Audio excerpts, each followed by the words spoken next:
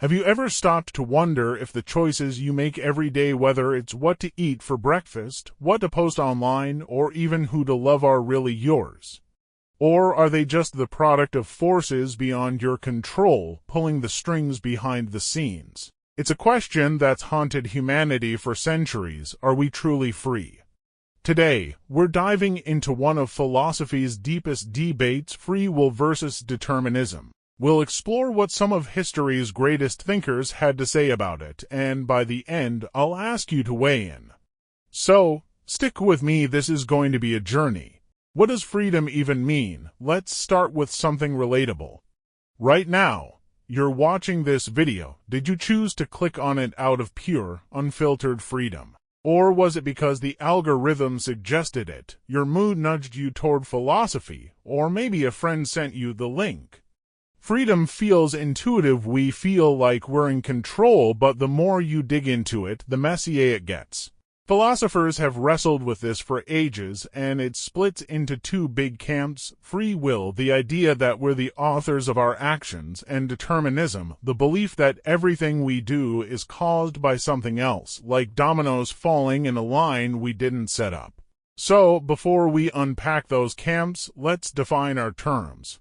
Free will is the power to act without being forced. Your decisions come from you, not some cosmic script. Determinism says every event, including your thoughts, has a cause, whether it's physics, biology, or society, and if we knew all the causes, we could predict everything. Sound unsettling? It gets wilder. Let's meet some thinkers who've shaped this debate. Rousseau, born free, bound by chains. First up, Jean-Jacques Rousseau, an 18th century philosopher who dropped a bombshell line. Man is born free, but everywhere he is in chains. Rousseau believed humans start out with natural freedom, like a blank slate in the wild, unshackled by rules or expectations. Picture a baby, no laws, no taxes, just pure instinct, but then society kicks in. Governments, traditions, even language, they pile on these invisible chains. For Rousseau, freedom isn't just about making choices. It's about escaping the pressures that shape us into what we're supposed to be. Think about it. How many of your decisions are influenced by what others expect? Maybe you didn't wear that quirky shirt because you get weird looks, or you picked a safe career because it's what your parents wanted. Rousseau's point is that society's chains don't just limit us, they redefine what we think freedom even is. But here's the kicker. He didn't say we're puppets. He thought we could reclaim freedom by aligning society with our natural will, like a social contract we all agree to. Noble idea, right? But it still leaves us wondering, are those chains inevitable, or can we ever break them? Now, let's flip the coin to determinism, where things get a bit more mechanical. Baruch Spinoza, a 17th century thinker, argued that freedom might be an illusion. For Spinoza, everything in the universe follows a strict chain of cause and effect. God, or nature as he called it, sets the rules. Your thoughts, your actions, they're not random. They're the result of prior conditions, like a math equation playing out. He said we feel free because we don't see the causes, like a stone falling doesn't know gravity's pulling it. Spinoza's take is harsh but fascinating. Imagine your life as a movie. You're the actor, but the script's already written. You might choose coffee over tea, but Spinoza would say your genes, your upbringing, even the weather nudged you there. Then there's David Hume, an 18th century skeptic who softened it a bit. Hume didn't deny freedom outright, he just redefined it. He said our actions are caused by our desires and beliefs, but since those are ours, we still call it free. It's like saying, sure, I'm a product of my past, but I'm cool with that.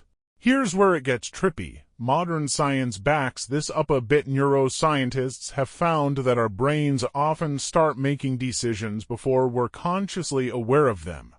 So, are we just biological machines, tricked into feeling free?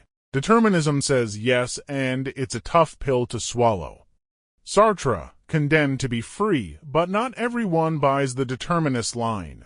Enter Jean-Paul Sartre, the 20th century existentialist who flipped the script. Sartre said, we are condemned to be free. That's a heavy phrase, so let's unpack it. For Sartre, there's no cosmic plan, no God pulling strings. Existence is a blank canvas, and we're stuck painting it ourselves. Freedom isn't a gift, it's a burden. Every choice you make defines who you are, and you can't blame anyone else, not society, not biology, not fate. Picture this, you're at a fork in the road: quit your job or stay. Sartre says there's no right answer baked into the universe. You choose, and that choice makes you you. But here's the catch, with freedom comes responsibility. You can't hide behind excuses like "I had no choice," because you always do. It's terrifying, right? Sartre thought this angst was the price of being human. Unlike Spinoza's clockwork universe, Sartre's world is chaotic, raw, and totally up to us. So, where does this leave us in 2025? Let's bring it home. Today, freedom and determinism crash into each other in ways those old philosophers couldn't imagine. Think about algorithms. Every time you scroll social media, watch a video, or shop online, an AI is learning you, predicting your next move. Companies like Google and Meta don't just influence your choices, they shape what you see as possible. Are we freer than ever with endless options at our fingertips? Or are we more chained, locked into digital echo chambers? And what about AI itself? I'm recording this with tools that could have been sci-fi a decade ago. Some say AI proves determinism, our tech mirrors our predictable patterns. Others argue it's a new frontier for freedom, letting us create and connect like never before. Then there's the brain tech frontier. Imagine neural implants that could tweak your decisions. Would that liberate us or erase what makes us human? It's Rousseau's chains meets Spinoza's causes with a dash of Sartre's dread.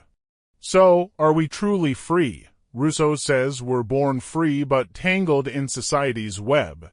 Spinoza and Hume suggest we're cogs in a cosmic machine. Sartre insists we're free, and that's the problem.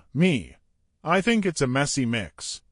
We're shaped by forces, genes, culture, tech, but we still wrestle with them, carving out meaning where we can. But I want to hear from you. Do you think freedom's an illusion, or do we still have control? Drop your thoughts in the comments, I'll be reading them. Thanks for sticking with me through this rabbit hole. If you enjoyed it, hit that like button, subscribe, and ring the bell. We've got more big questions coming your way. Until next time, keep questioning.